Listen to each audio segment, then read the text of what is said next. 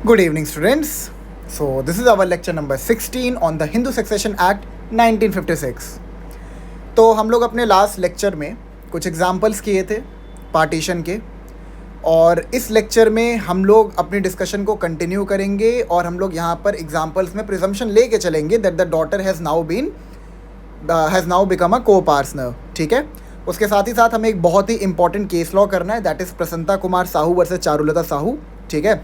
इसके फैक्ट के बेसिस पर क्वेश्चन भी पूछा गया था मेंस में. ठीक है. तो वो क्वेश्चन के साथ में मैं आपको ये जो केस लॉ है इसके फैक्ट भी समझाऊंगा, एंड अलॉन्ग विद दैट वहाँ पर कोर्ट की क्या ऑब्जर्वेशन थी वो भी आपको समझाऊंगा. ठीक है. तो आज हम लोग अपने जो डिस्कशन है उसको कंटिन्यू करते हैं पोस्ट 2005 अमेंडमेंट की. अच्छा, इससे पहले मैं आगे बढ़ूँ, मेरी आपसे एक रिक्वेस्ट है कि मैंने टेलीग्राम ग्रुप का लिंक डिस्क्रिप्शन में दे दिया है. उस ग्रुप को ज्वाइन करिए. वहाँ पर आपको हिंदू लॉज के जो नोट्स हैं वो मिल जाएंगे. अलॉन्ग विद दैट जो भी जुडिशरी के रिगार्डिंग अपडेट्स आती हैं वो मैं वहाँ पर अपलोड करते रहता हूँ. ठीक है. तो प्लीज़ ज्वाइन दैट ग्रुप. शुरू करते हैं फिर हमारी डिस्कशन को. ठीक है.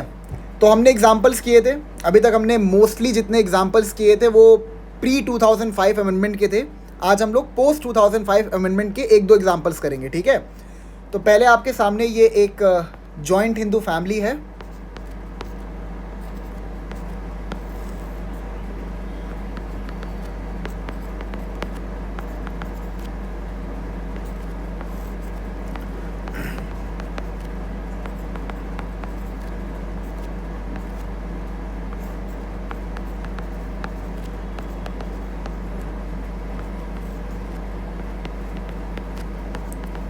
ठीक है.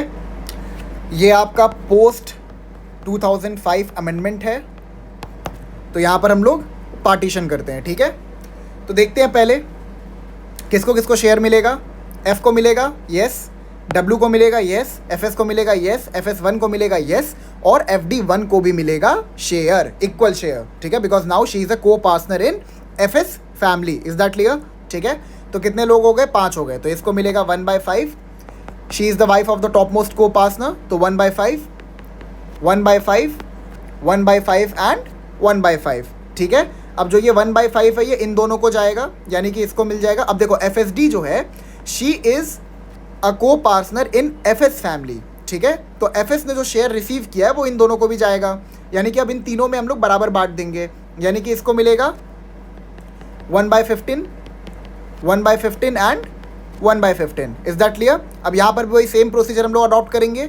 इसको मिलेगा 1/15, 1/15 एंड 1/15. ठीक है. अब यहाँ पर भी सेम प्रोसीजर अडॉप्ट करेंगे? नहीं करेंगे. ठीक है. यहाँ पर हम वो सेम प्रोसीजर अडॉप्ट नहीं करेंगे because only FD1 she is a co partner in F family. ठीक है. यहाँ पर FDD एंड FDS जो हैं they are not the co partner in F family. तो इनको पार्टीशन में क्या शेयर मिलेगा? The answer is no. लेकिन अगर FD1 प्री डिसीज्ड होते तो उनका जो शेयर है वो इनको चला जाता. Is that clear? ठीक है. ये बेसिकली H की फैमिली में को पार्टनर है. ठीक है. तो इनको H की फैमिली से शेयर मिलेगा, लेकिन FD1 की फैमिली से इनको शेयर नहीं मिलेगा. और FD1 ने जो भी शेयर रिसीव किया है ये इनका एब्सोल्यूट प्रॉपर्टी होता है. ये सब आपको याद है ना? ठीक है. क्लियर है? ठीक है. ध्यान से आज के लेक्चर को समझिएगा बिकॉज मैं आपको एक मॉडल आंसर भी लिखवाऊंगा कि मेंस में आप पार्टीशन के क्वेश्चंस को अटेम्प्ट कैसे करेंगे. क्लियर है आपको ये चीज़? एक और जॉइंट हिंदू फैमिली को बनाते हैं.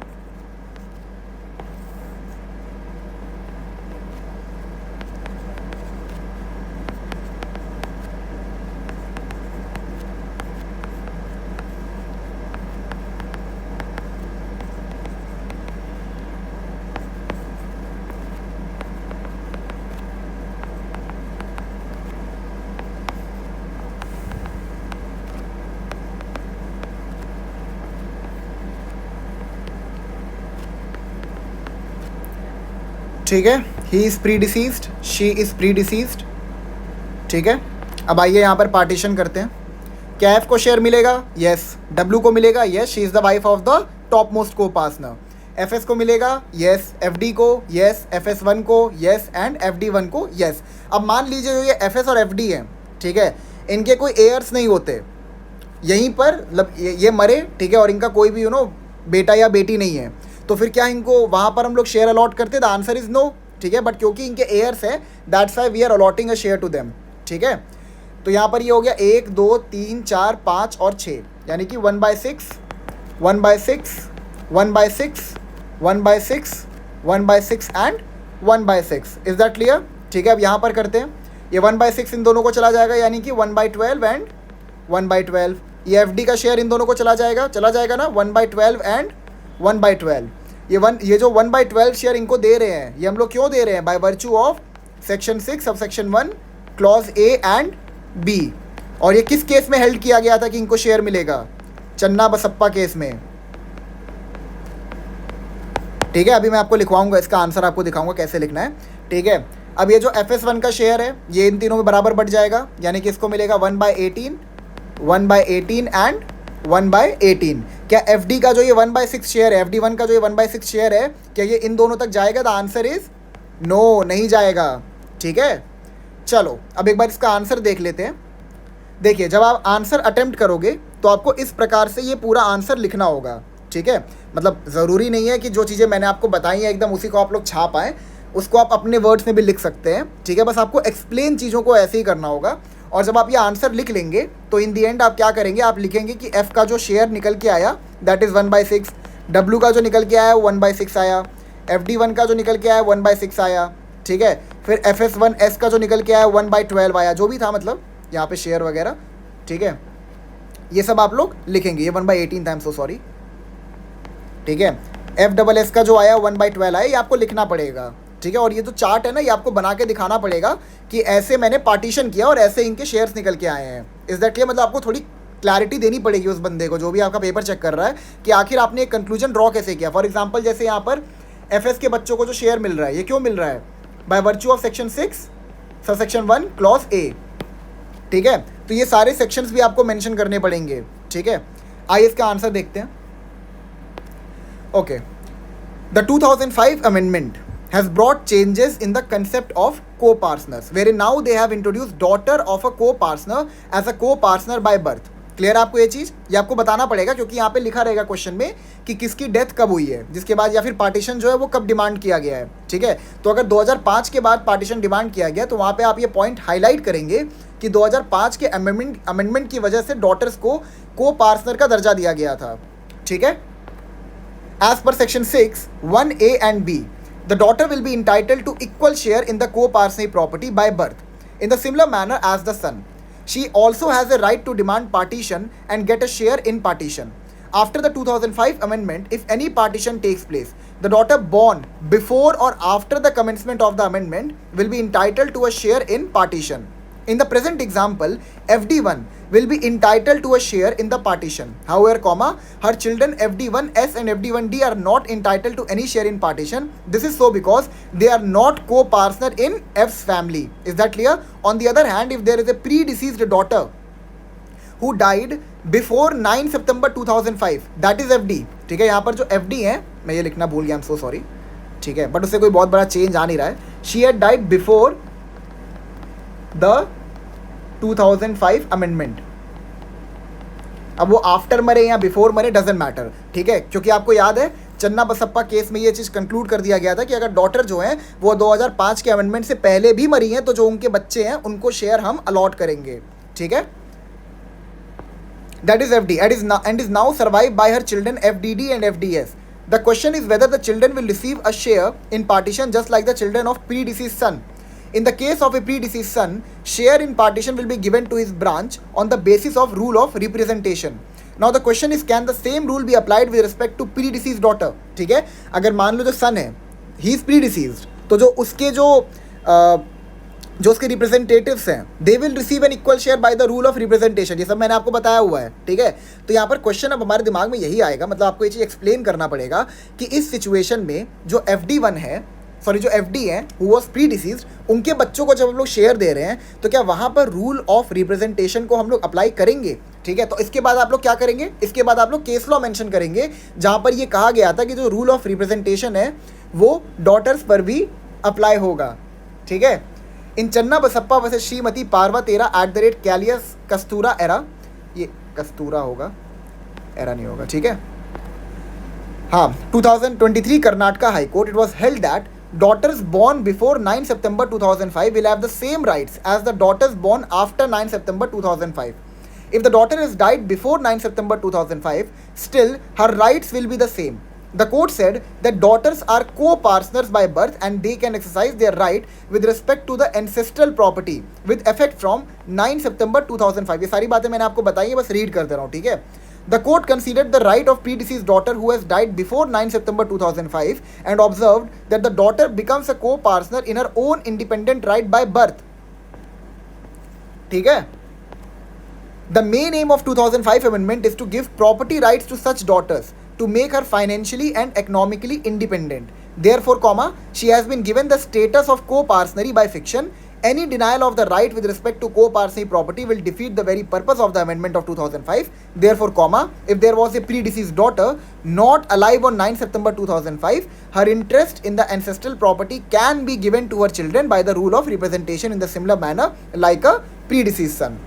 ठीक है, फिर 10 कॉमा लिख के आप उसके बाद एक्सप्लेन कर दोगे कि पार्टीशन में आपने किसको कितना शेयर आपने अलॉट किया है। Is that clear? ठीक है, अब आते हैं हम लोग एक इशू की तरफ, ठीक है।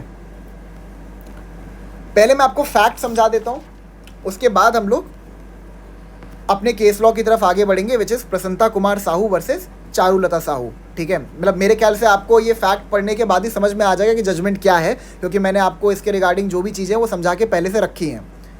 तो यहाँ पर फैक्ट ऐसा है, ए फादर हैड 2 daughters। अगर आप मेरे को सुन रहे हैं तो मैं आपको सजेस्ट ये करूँगा कि आप इस क्वेश्चन को लिख लीजिएगा, ठीक है।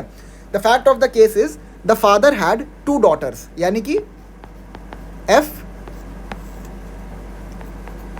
FD एंड FD1, ठीक है, एंड 1 son, यानी कि FS, full stop. He died in 1969, यानी कि he died in 1969, leaving behind ancestral property and separate property, ठीक है। ये जो F था ये 1969 में मर गया, ठीक है, और मरने के बाद इसने एंसेस्ट्रल और सेपरेट प्रॉपर्टी दोनों पीछे छोड़ दी थी, ठीक है। अब एक बात बताइए, हिंदू सक्सेशन एक्ट जो है वो 1956 में आया था। अगर 1956 के एक्ट के आने के बाद कोई को पार्टनर मरता है leaving behind a class 1 female relative, तो वहाँ पर हम लोग सर्वाइवरशिप अप्लाई करते हैं कि सक्सेशन? हम लोग वहाँ पर सक्सेशन लगाते हैं, ठीक है। तो अब हम लोग यहाँ पर क्या करेंगे, हम लोग प्रिज्यूम करेंगे नोशनल पार्टीशन करके कि जो F है वो अलाइव है, ठीक है। अब यहाँ पर पार्टीशन किन लोग के बीच में होगा? F के बीच में और FS के बीच में, यानी कि 1, 2, 1/2 एंड 1/2। Is that clear? अब जो F का शेयर है वो जितने भी क्लास 1 रिलेटिव्स हैं उनको हम लोग अलॉट कर देंगे, यानी कि ये जो 1/2 है ये सारे के सारे क्लास 1 रिलेटिव्स को चला जाएगा। कितने क्लास 1 रिलेटिव्स हैं? 1, 2 और 3, यानी कि 1/2 इंटू 1/3 दैट इज 1/6, 1/6, 1/6 और इसका 1/2 प्लस 1/6, ठीक है। अब मैं आगे आपको फैक्ट बता रहा हूँ। FS, this person did not give the 1/6 share to his sisters FD and FD1। जो इनका 1/6 शेयर निकल के आया था नोशनल पार्टीशन में वो FS ने इनको नहीं दिया, ठीक है, comma FD and FD1 instituted a suit, ठीक है। अब यहाँ पर क्योंकि इनको 1/6 शेयर नहीं मिला था, they had instituted a suit, ठीक है। उन्होंने एक सिविल कोर्ट को अप्रोच किया और एक सूट को इंस्टीट्यूट किया, full stop. Multiple preliminary decrease were passed and during the pendency of the suit the 2005 amendment was enforced. अब इस बीच में क्या हुआ कि कोर्ट ने मल्टीपल प्रीलिमिनरी डिक्रीज को पास किया था, ठीक है, लेकिन जजमेंट नहीं आया था। जो फाइनल डिक्री थी वो पास नहीं हुआ था अब तक, ठीक है। और जब ये जो मैटर था, जब ये सबजुडिस था, उसी बीच में 2005 का अमेंडमेंट भी आ गया, ठीक है। अब देखिए यहाँ पे आया क्या बोल रहा है, the daughter applied for amendment of pleadings under order 6 rule 17 of CPC and demanded partition under the amended laws, ठीक है। ये मैं आपको फैक्ट बता रहा हूँ, इसको लिखते रहिएगा, full stop. FD1 and FS, FD1, FS and advocate of FD entered into a compromise and obtained a compromise decree of 50,000 each. Full stop.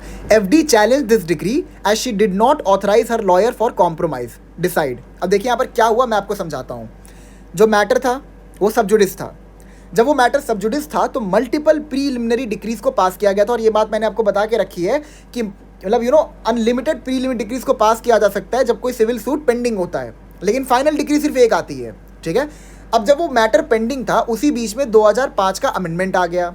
यहाँ पर फिर क्या हुआ, जो डॉटर थी उसने ऑर्डर 6 रूल 17 के अंदर प्लीडिंग्स के अमेंडमेंट के रिगार्डिंग एप्लीकेशन डाली, ठीक है, और डिमांड किया कि अब तो पार्टीशन में मेरे को इक्वल शेयर दिया जाए।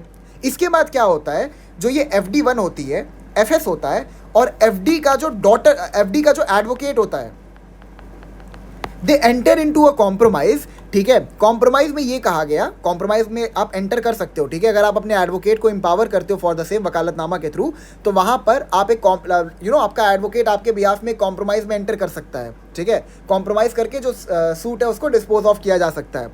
तो कॉम्प्रोमाइज़ में ये लोग एंटर किए और वहाँ पर ये मतलब इन्होंने कंक्लूजन ड्रॉ किया कि 50,000 रुपये FD और FD1 को दे दिया जाए, ठीक है।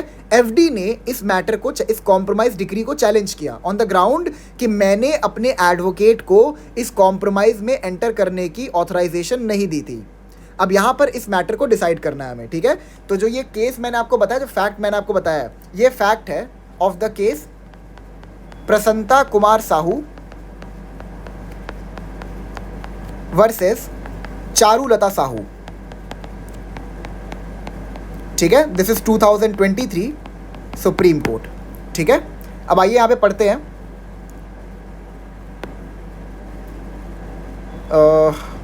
एक second, just give me a second.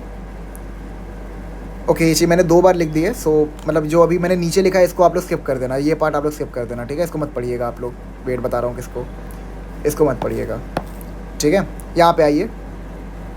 हाँ, तो Prasanta Kumar Sahu versus Charulata Sahu 2023 Supreme Court. First issue क्या था, in regard to the devolution of interest in coparcenary property, in what manner the rights of the daughter would be governed by the 2005 amendment act and what is the effect of Vineeta Sharma case.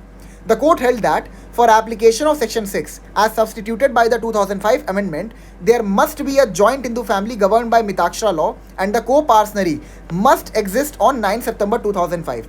By virtue of the 2005 Amendment Act, the daughter has been recognized as a co-parcener by birth and she can claim her rights from 9 September 2005. Her right in the joint Hindu family property relates back to her birth and such daughter will step into the co-parcenary like a son by birth. Basically court ने यहाँ पर जो विनीता शर्मा वैसे राकेश शर्मा का जो judgement था उसको retreat किया है, ठीक है। मतलब वही आपको यहाँ पे ये बताया कि रेट्रोएक्टिव इफेक्ट होता है, रेट्रोएक्टिव इफेक्ट है सेक्शन 6 अमेंडमेंट एक्ट का। इशू 2 पे आते हैं। Whether a law governing the parties in a partition suit, if amended during the pendency of the suit before final decree can be considered and applied by the court while passing the final decree or not, ठीक है। यहाँ पर ये कह रहा है कि अगर मान लो कोई सूट पेंडिंग है, उस बीच में जिस मैटर को लेके सूट पेंडिंग था उस मैटर में कुछ अमेंडमेंट आ गया, तो जो अमेंडेड सेक्शन हम उसको अप्लाई करेंगे या फिर जो प्री अमेंडेड सेक्शन हम उसको अप्लाई करेंगे, यही मैंने आपको पहले बता के रखा है। यहाँ पे देखिए कोर्ट ने क्या कहा, even though filing of A petition for partition brings about severance of joint family status if there is any legislative amendment or subsequent event which results in enlargement of or diminution of the shares of the parties, such law will have to be taken into consideration while passing the final decree. This is so because a partition suit can be regarded as fully and completely disposed of only when the final decree is passed. It is by a final decree that partition of a joint family property takes place by metes and bounds, ठीक है। देखो, जब किसी ने partition को demand कर दिया तो वहां पर एक डी जूरे पार्टीशन हो जाता है, ठीक है। लेकिन डी फैक्टो पार्टीशन तब होता है जब कोर्ट की डिक्री से सबके शेयर को कंक्लूसिवली डिटरमाइन ना कर लिया जाए। इज दैट क्लियर, ठीक है। Issue 3, whether in a suit for partition of joint family property a degree of consent amongst all a few members is maintainable or not. The court observed that under Order 23, Rule 3 of CPC, when in a claim in a suit adjustment has been made wholly or in part by anyone through a lawful agreement or compromise, such compromise or agreement must be in writing and signed by all the parties. There has to be a completed agreement, and in a suit for partition of joint family property, a decree by consent amongst only a few members cannot be maintained. मतलब मान लो कई सारे members involve थे partition suit में, कुछ members जो हैं वो एक कंसेंट डिक्री पास करवा लेते हैं कि हम सब लोग एक कॉम्प्रोमाइज़ पे आ गए हैं एंड हम चाहते हैं कि ये जो कंसेंट डिक्री इसको आप पास कर दो, तो क्या ये मेंटेनेबल है? The court said no. सिर्फ फ्यू मेंबर्स के कंसेंट से वो डिग्री पास नहीं हो सकती जब तक कि सारे के सारे मेंबर्स एग्री ना करें। Last, whether an advocate can sign the compromise petition without an express consent of the concerned parties. ठीक है?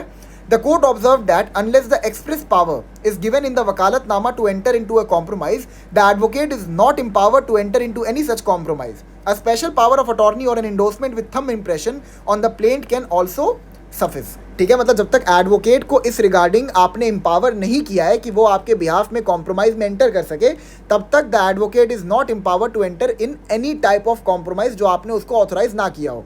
यही कोर्ट ने कहा। ठीक है, तो बेसिकली यहाँ पर जो कॉम्प्रोमाइज डिग्री पास की गई, जो कॉम्प्रोमाइज में लोग एंटर किए थे उसको सेटिसाइड कर दिया गया, और जो 2005 के अमेंडमेंट के बाद डॉटर्स को राइट दे दिया गया था उसके हिसाब से पार्टीशन किया गया इस पर्टिकुलर केस में। तो ठीक है, आप क्या करोगे मैं आपको बताता हूँ। जो आपको फैक्ट बताए गए हैं इस केस के, उसके हिसाब से आप लोग पहले एक जॉइंट हिंदू फैमिली बनाओगे। ठीक है, एक चार्ट बनाओगे और उसमें सबको शेयर अलॉट करोगे। ठीक है, फिर जजमेंट लिखने के बाद आप एक और चार्ट बनाओगे और वहाँ पर 2005 के अमेंडमेंट के बाद जो शेयर इनको मिला है वो आप लिखोगे, एंड अलॉन्ग विद दैट जिसको जितना शेयर मिला है वो भी आप मेंशन करोगे। Is that clear? अब ये इतना इंटरेस्टिंग केस है, यहाँ पर अगर भाई ने पहले इनको हिस्सा दे दिया होता 1/6, तो बाद में शायद इनका हिस्सा बढ़ता नहीं। ठीक है, तो काफ़ी तगड़ा वाला प्रैंक हुआ है भाई के साथ 2005 के अमेंडमेंट के बाद। तो ये आप लोग ध्यान रखिएगा, ये केस लॉ आप लोग ध्यान रखिएगा, बहुत इंपॉर्टेंट है। ठीक है, अब नेक्स्ट लेक्चर में हम लोग एक बहुत ही इंपॉर्टेंट टॉपिक से डील करेंगे, that is how does partition comes into effect. ठीक है, पार्टीशन इफेक्ट में कब आ जाता है, यहाँ पे हम लोग डी ज्यूरे और डी फैक्टो पार्टीशन के बारे में समझेंगे। ठीक है, एंड इसमें भी हम लोग को कुछ केस लॉस करने हैं, that is going to be Raghavamma versus Chichamma, and कुछ डॉक्ट्रिन्स को भी हमने पढ़ना है। उसके बाद हम लोग इसके बाद तो हम लोग ये कर लेंगे, उसके बाद हम लोग करेंगे फैमिली अरेंजमेंट। ठीक है, फैमिली अरेंजमेंट के बाद हम लोग मेल सक्सेशन की तरफ आगे बढ़ेंगे, फिर उसके बाद हम लोग फीमेल सक्सेशन करेंगे। ये सारे टॉपिक्स मैं आपको बता रहा हूँ कि हम लोग क्या क्या कवर करना है। ठीक है, मेल सक्सेशन में आपका ये एग्नेट कॉग्नेट वगैरह कवर हो जाएगा। ठीक है, फिर फीमेल सक्सेशन हम लोग को करना है, एंड ठीक है, हो जाएगा मेरे ख्याल से 10 से 15 लेक्चर और लगेगा, उसमें सक्सेशन एक्ट कंप्लीट हो जाएगा। उसके बाद हम लोग हिंदू मैरिज एक्ट शुरू करेंगे, देन उसके बाद जो आपका अडॉप्शन एंड मेंटेनेंस है वो, मतलब जो बाकी जो रिमेनिंग हिंदू लॉज हैं उसको कंप्लीट करेंगे, then subsequently will move forward to Muslim law. मैं कोशिश कर रहा हूँ जल्दी से जल्दी इसको कंप्लीट करवाऊँ। ठीक है, बस आपको एक ही एडवाइस है कि जो भी चीज़ें मैं आपको बता रहा हूँ उसको नोट डाउन करते रहिए और रिवीजन डेली करिए। रिवीजन नहीं करेंगे सब कुछ नील बटे सन्नाटा हो जाएगा, दिमाग से सब कुछ निकल जाएगा। ठीक है, so thank you so much, I will meet you in the next lecture.